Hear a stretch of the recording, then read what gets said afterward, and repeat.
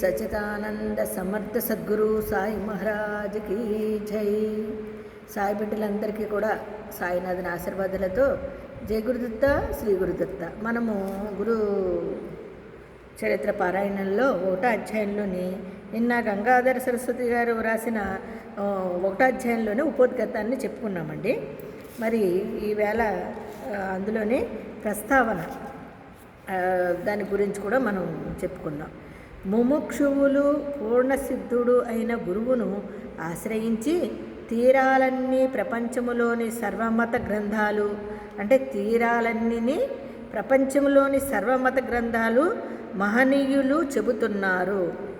ఇందులో చూడండి, ముముక్షువులు పూర్ణసిద్ధుడైన గురువును ఆశ్రయించి తీరాలు ప్రపంచంలోని సర్వమత గ్రంథాలు మహనీయులు చెబుతున్నారు. కానీ పూర్ణుడైన గురువు ఎలా దొరుకుతాడు? అంతే కదా, ఆయనను గుర్తించడం ఎలాగా? అంతటి గురువు తారసిల్లిన మనకి అంతటి గురువు తారసిల్లిన మనలోని దోషాల వలన వారిని గుర్తించలేము. అబ్బబ్బబ్బబ్బ, నిజమే కదండి. ఇప్పుడు వాళ్ళు నిజంగా ఎదురుపడ్డా కూడా మనకి వాళ్ళని గుర్తించే అవకాశం ఉండదు. ఎందుకంటే మనము కర్మలో ఉన్నాము. మనలోని దోషాల వలన వారిని గుర్తించలేము. ఇనుప ముక్కకున్న తుప్పును తొలగించేదాకా అయస్కాంతం వైపు ఆకర్షింపబడదు కదా. దాని నిండా తుప్పు ఉందనుకోండి, అయస్కాంతం దగ్గర పెట్టినా అది ఆకర్షించదు, అతుక్కోదు. అలాగే భగవంతుని యొక్క నిరంతర నామస్మరణ సాధనతో ఉన్న వారికి మాత్రమే అది లభ్యమవుతుంది. మరి ఎవరికి పడితే వాళ్ళు దర్శనమిచ్చేస్తే, అందుకనే చెప్తారు చూడండి, ప్రాయచిత్తాలు ఉపయోగపడతాయి. చూడండి, అయస్కాంతం వైపు ఆకర్షింపబడదు కదా. స్వల్పంగా పాపము చేసిన వారికి జపధ్యానాలు ప్రాయచిత్తాలు ఉపయోగపడతాయా? కానీ అదీగాక పాపాలే చేసి సామాన్యులకు సద్గురు సేవ ఒక్కటే ప్రాయచిత్తమని శాస్త్రము మొదట ముముక్షువు అంటే శాస్త్రం చెబుతుంది. నిజంగానే చూడండి, మనకి అయస్కాంతం ఏ విధంగా అయితే తుప్పున్న దానికి అంటుకోదో, అంటే మనలో ఉన్న మాలిన్యాన్ని తొలగించుకుంటేనే కానీ మనకి ఆ యొక్క భగవంతుని యొక్క స్వరూపాన్ని మనం ఏ రూపంలోని చూడలేము, దర్శించుకోలేము. అదేవిధంగా అధికంగా పాపాలే చేసి సామాన్యులకు సద్గురు సేవ ఒక్కటే ప్రాయచిత్తమని శాస్త్రం చెబుతుంది. కానీ మొదట ముముక్షువు అంటే గురుచరిత్ర వంటి గ్రంథాలు పారాయణము లేక శ్రవణము చేస్తే హృదయము పరిశుద్ధమై ముముక్షత్వము పొందుతుంది. అంతే కదా. మరి మనం ఎప్పుడైనా ఈ యొక్క పారాయణాలు కానీ వినడం కానీ, పారాయణం చేస్తే వినడం కానీ మరి చేస్తున్నామండి, చేయట్లేదు. అయితే మనకి ఎప్పుడు కలుగుతుంది? ఈ శ్రవణం చేస్తే హృదయం పరిశుద్ధమయ్యి ముముక్షత్వం వస్తుంది. అలాగే గురుభక్తి అంటే సద్గురు సమాగమం కోసం ఆకాంక్ష అంటే తీవ్రతరమవుతాయి. అంటే చూడండి, మనకి ఎందుకు శ్రవణం అంటే వినడం వల్ల కానీ చేస్తే హృదయం పరిశుద్ధమయ్యి ముముక్షత్వము, గురుభక్తి అంటే సద్గురు సమాగము కోసం ఆకాంక్ష తీవ్రతరం అవుతాయి. అంటే మనకి భగవంతుడికి భగవన్నామస్మరణ చేయాలి, భగవన్నామస్మరణ చేయాలి, భగవన్నామస్మరణ చేయాలని ఎలా తప్పిస్తామో అలా తప్పిస్తేనే మనకి అది దగ్గర అవుతుంది. అప్పుడే దైవకృప చేత సద్గురు సమాగము జరుగుతుంది. అంతే కదా. మరి ఈ గ్రంథమహిమ వలన స్వప్నంలో తాను ఆశ్రయించవలసిన సద్గురు ఎవరో తనకు తెలుపబడుతుంది.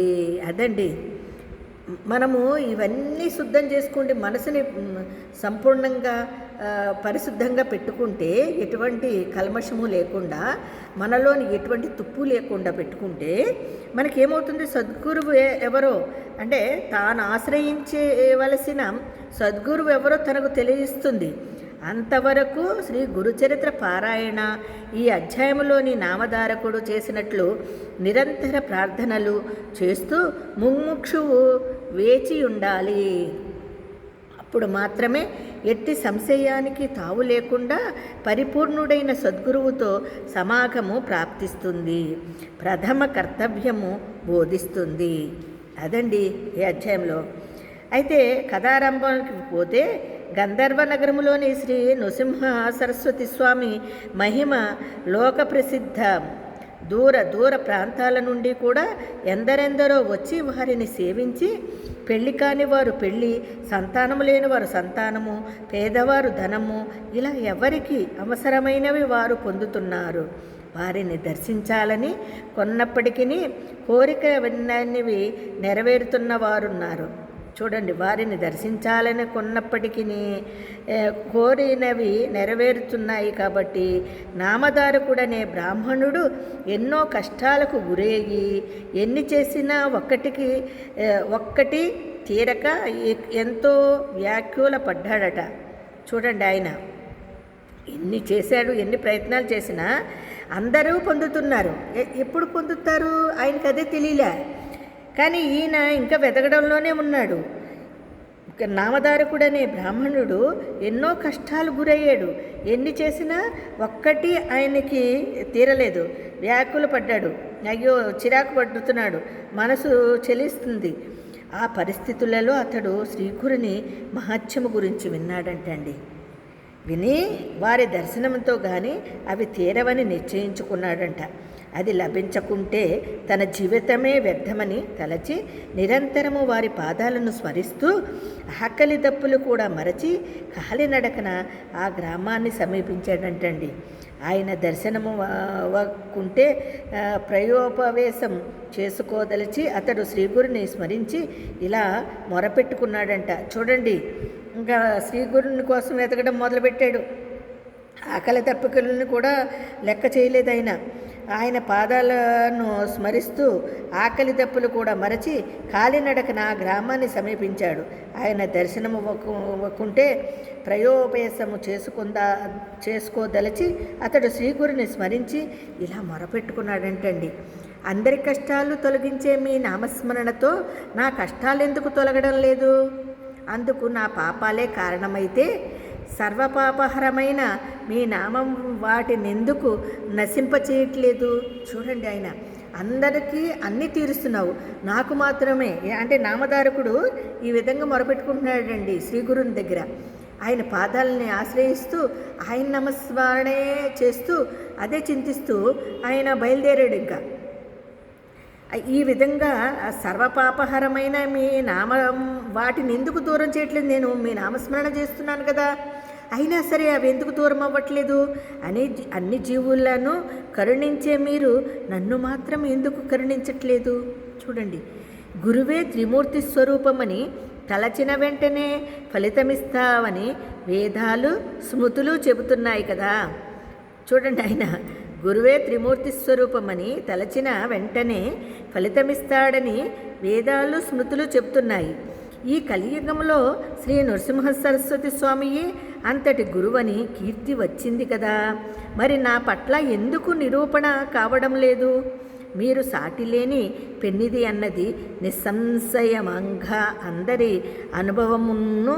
కానీ చూడండి, మీరు సాటిలేని పెన్నిది అన్నది నిస్సంశయంగా అందరి అనుభవమును. కానీ నా మనస్సులో మీపై భక్తి ఎందుకు కలగడం లేదు? ఆయన ఇన్ని ప్రశ్నలు వేసుకుంటున్నాడండి. నా మనస్సు మీపై స్థిరంగా నిలబడట్లేదే. మీరే నా తల్లి, తండ్రి, గురువు, దైవము, తోడు, నీడ అని నమ్మి ఇప్పుడు మిమ్మల్నే ఆశ్రయించాను. పసితనంలోనే నాకు మీ పేరు పెట్టి నా తల్లిదండ్రులు నన్ను మీకు అమ్మివేశారు.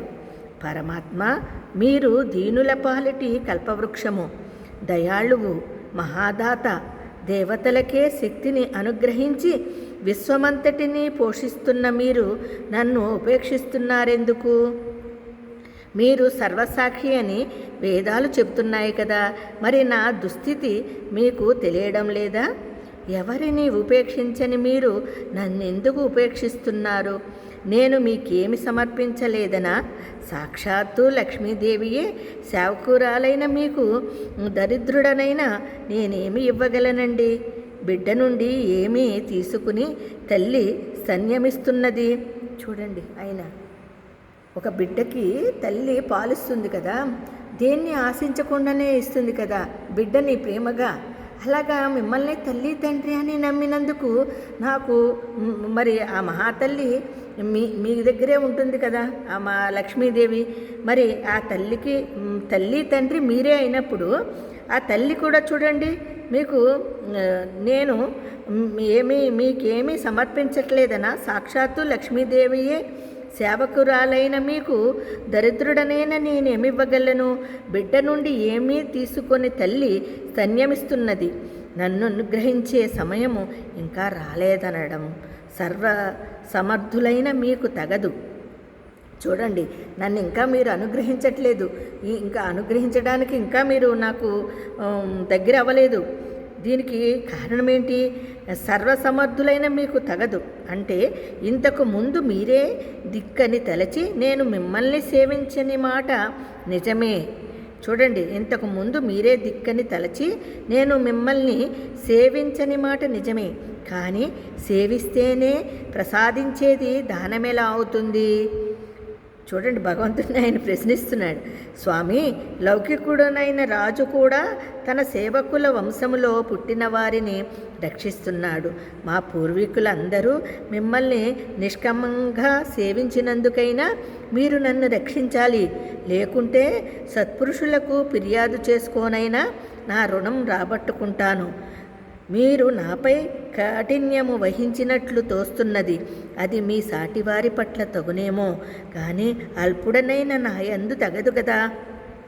చూడండి, ఆయన ఎంత నామధారకుడు ఈ విధంగా మొరపెట్టుకుంటున్నాడండి ఆయన దగ్గర. నృసింహ సరస్వతి పెద్ద గురువులు, ఆయన గురువుల దగ్గర వారు శరీరాన్ని విడిచి ఆత్మతో ఉన్నారు కదా. ఇప్పుడు బాబా గారిని ఏ విధంగా అయితే మనం స్మరించుకుంటున్నామో అదే రీతిగా ఆయన స్మరించుకున్నాడు. ఒకప్పుడు వాళ్ళని లెక్క పెట్టలేదు ఈయన, కానీ ఆయన బాధలకి ఇప్పుడు భగవన్నామస్మరణతో భగవంతుడా నీవేనయ్యా దిక్కు అని చెప్పి మొరపెట్టుకుంటున్నాడు. అయితే ఇక్కడ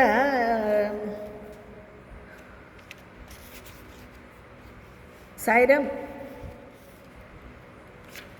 ఇక్కడ 1వ అధ్యాయంలో మనము ఉన్నాము. ఇంకాని కథమది కొంచెం ఉంది, రేపొద్దున్న తెలుసుకునే ప్రయత్నం చేద్దాం. అంతవరకు అందరికీ సాయిరామ్. జై గురుదత్త, శ్రీ గురుదత్త, సాయిరామ్.